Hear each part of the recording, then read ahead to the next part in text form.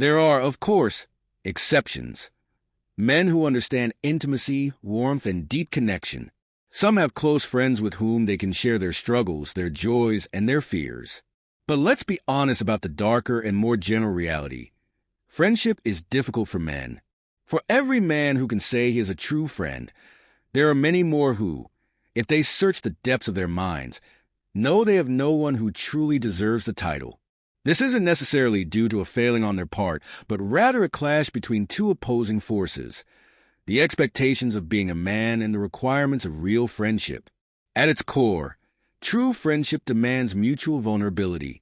Men can bond over sports statistics, engineering marvels, stock market trends, or the philosophical depth of Plato and Picasso. They may exchange ideas, debate, and share interests.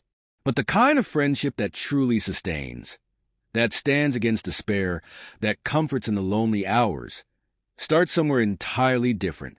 It begins when one man can say to another, "I'm losing my mind, I hate my partner, I'm scared," or simply, "Help me." It happens when a man can admit, "I'm in love with someone I shouldn't be.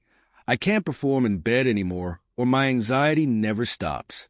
Friendship in its truest form only exists when both people can reveal themselves as flawed, when they can confess the truths they hide from the world, the ugly, painful, humiliating, and deeply human realities they fear admitting even to themselves. But from the earliest days of civilization, being a man has meant something else entirely. It has meant being tough, unshaken, self-reliant, always in control. To be a man is to act as though being abandoned, fired, humiliated, or defeated doesn't hurt. It's about never showing weakness, never breaking down, never admitting to loneliness or longing. It's about proving again and again that no matter what happens, we will never, under any circumstances, be that most dreaded thing, a crybaby. To break the loneliness, one must admit its existence with humor and grace, recognizing that it is there and that, at times, it can become unbearable. It's not unusual for men to struggle with closeness. Often, they find themselves substantially friendless, which shouldn't be surprising considering many have never had an honest conversation with another man. Their histories don't prepare them for such a possibility. If we wanted to make a practical change, we might create packs of conversation cards to distribute among men, encouraging them to take them to bars, pubs, shooting ranges, and golf clubs. These cards would feature questions men often wish to ask but rarely do. When was the last time you cried? What would you say if you knew I wouldn't judge you? When do you feel most anxious? What makes you feel dispirited? What do you want to be forgiven for? What does a little boy inside you long for?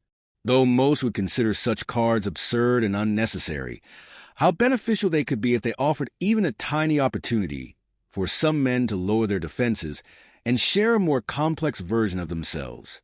The history of art and literature clearly shows that men are capable of immense empathy and tenderness. The tragedy is that they seldom direct these feelings towards one another, spending their lives trapped inside themselves, terrified of being seen as weak or feminine in the eyes of their peers. The result is that they spend much of their lives defending a false identity, one they never even chose.